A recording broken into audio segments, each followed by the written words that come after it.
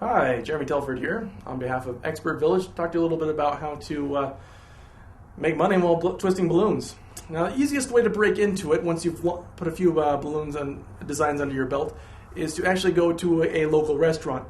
Usually try and find one that has a lot of kids, a fun atmosphere, and go and talk to the management. A lot of times you can do is offer to go there first night for free and do balloons, and then if they like you can talk after that.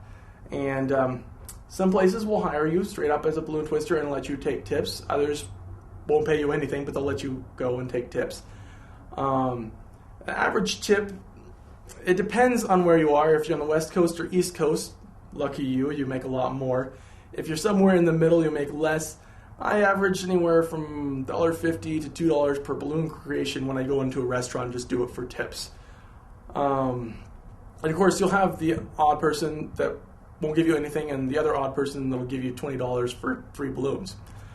I don't know, I usually average about $25 an hour just doing it in a restaurant setting.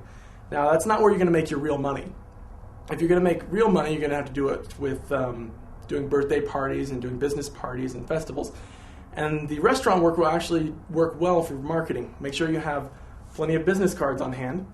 And if you do your work well, when they realize you can do more than a dog and a sword, a lot of times people will ask you for business cards, and that'll get you birthday parties, and that'll get you business parties.